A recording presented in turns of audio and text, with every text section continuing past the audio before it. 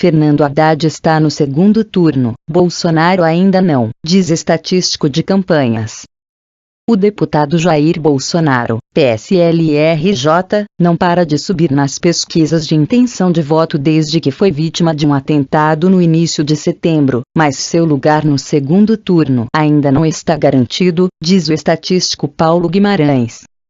Conhecido como guru de campanhas por ajudar a eleger, entre outros casos considerados impossíveis, o hoje candidato ao Senado César Maia, DEM, à Prefeitura do Rio de Janeiro em 1992, Guimarães acompanha a eleição por meio de grupos de controles de eleitores, atuando em 13 estados nesta eleição. Presta consultoria, entre outras, a campanha de Geraldo Alckmin, PSDB, que ele põe ao lado de Ciro Gomes, PDT, no páreo pela vaga que muitos já dão como garantida para Bolsonaro no segundo turno. O desafio de adversários mais ao centro, segundo ele, é se provar melhores adversários contra o PT de Fernando Haddad e do ex-presidente Luiz Inácio Lula da Silva. O voto que veio para Bolsonaro após a facada é de um contingente puto contra o sistema.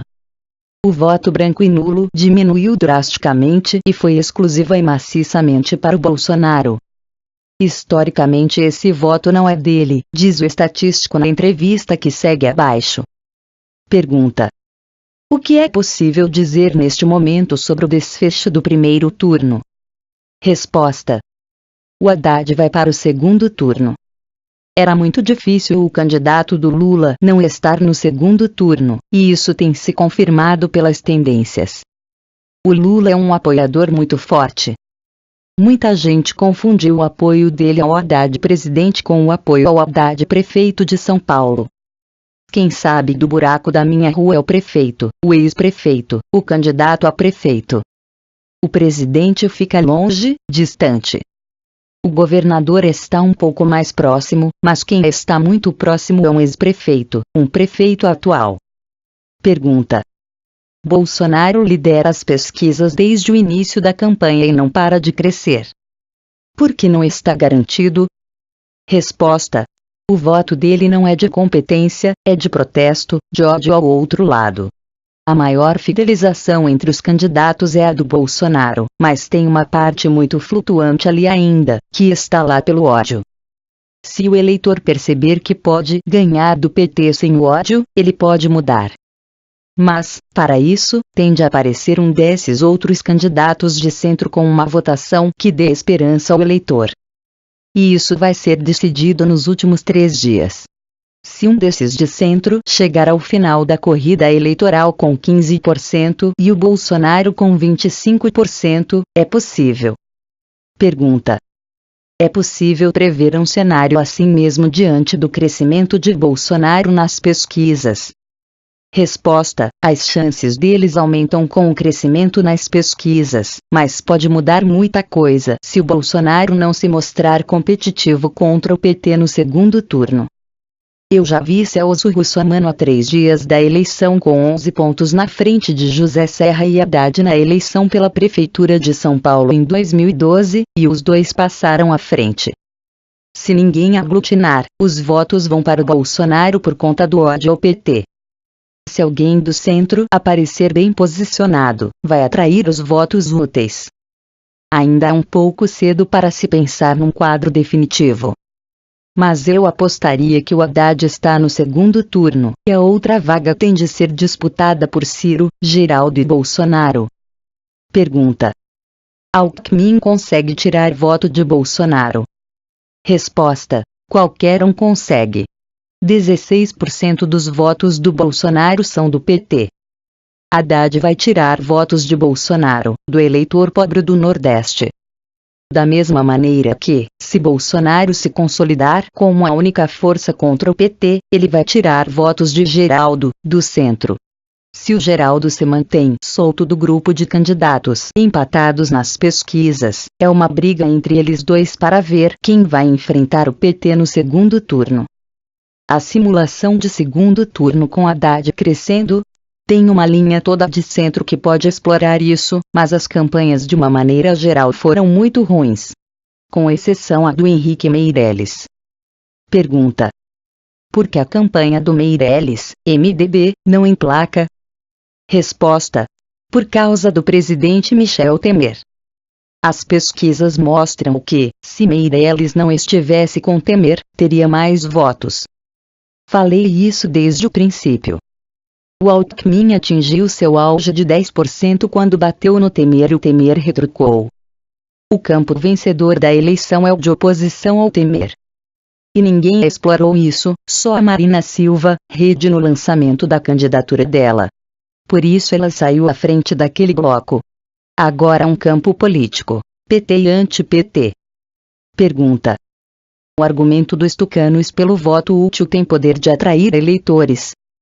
Resposta: o voto útil tem uma hora certa de acontecer, para quem quer que seja. Um candidato não precisa passar outro para ter voto útil, mas apenas mostrar uma recuperação. Pelo tempo de TV e por aglutinar uma parte do centro, que é maior do que o ódio da direita e o ódio da esquerda, Alckmin teria mais chance de voto útil no final. Votos inicialmente do João Amoedo, do Meirelles. Isso é histórico. Na eleição que o Geraldo perdeu para Lula, em 2006, ele teve 9 ou 10 pontos a mais do que as últimas pesquisas indicavam. Foi uma surpresa muito grande ele passar da casa dos 40%. Nas últimas pesquisas oficiais, o Aécio Neves, em 2014, cresceu muito nos últimos 2 dias, contra a Marina. Esse voto conservador sempre esteve do lado não do PSDB, mas desse centro de conciliação. Pergunta: o atentado contra Bolsonaro forçou a campanha de Alckmin a interromper as críticas que fazia para desconstruir o adversário. Já dá para dizer que foi um evento crucial na corrida presidencial? Resposta: é preciso aguardar o fim da eleição para dizer isso.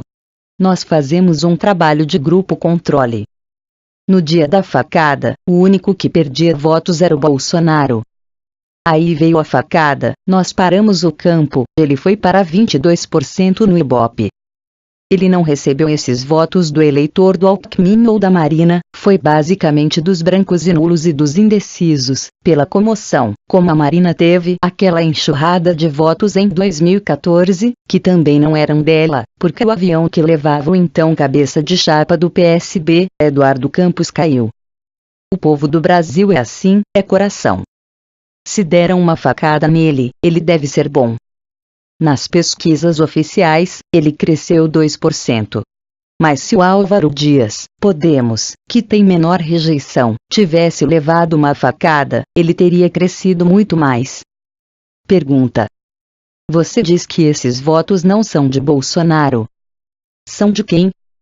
Resposta: o voto que veio após a facada é de um contingente puto contra o sistema. O voto branco e nulo diminuiu drasticamente e foi exclusiva e maciçamente para o Bolsonaro. Historicamente esse voto não é dele, e tenderia a voltar para o estágio inicial conforme o efeito fosse diminuindo, mas ele ainda está no hospital.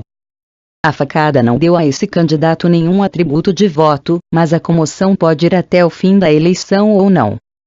A Marina desmorona toda a eleição porque ela não tem atributos de voto: firmeza, experiência, competência, autoridade, coragem.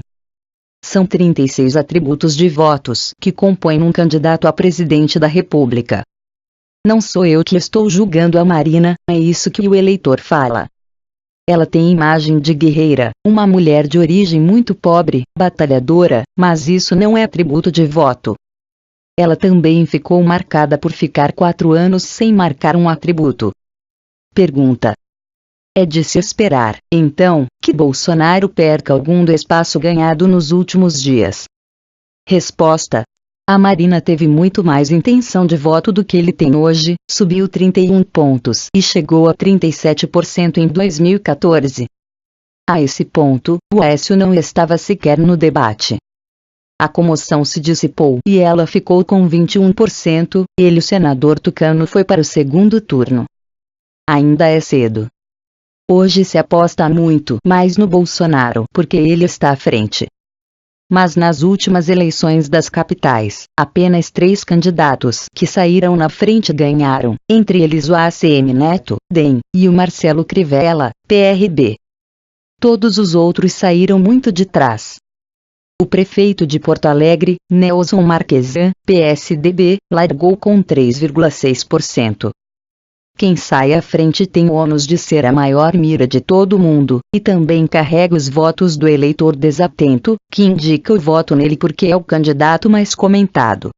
Quando ele começa a prestar atenção, percebe que não é isso que ele queria. Pergunta: e Bolsonaro, não tem mais para onde crescer? Resposta: tem, mas em função do ódio, não dele. A rejeição dele é muito alta há algum tempo. À medida que o Lula fica mais odiado, que outros candidatos dizem que vão dar indulto para ele, o eleitor decide votar no Bolsonaro. O jogo hoje é muito mais político do que temático de melhorar saúde, educação, segurança. As mulheres não votam no Bolsonaro, mas as mulheres pobres tendem a decidir o voto mais tarde. O país é absurdamente machista. O marido vai dizer em quem elas devem votar, principalmente nas classes mais baixas, das mulheres mais agredidas. O voto da mulher tem convergido para o voto do homem historicamente.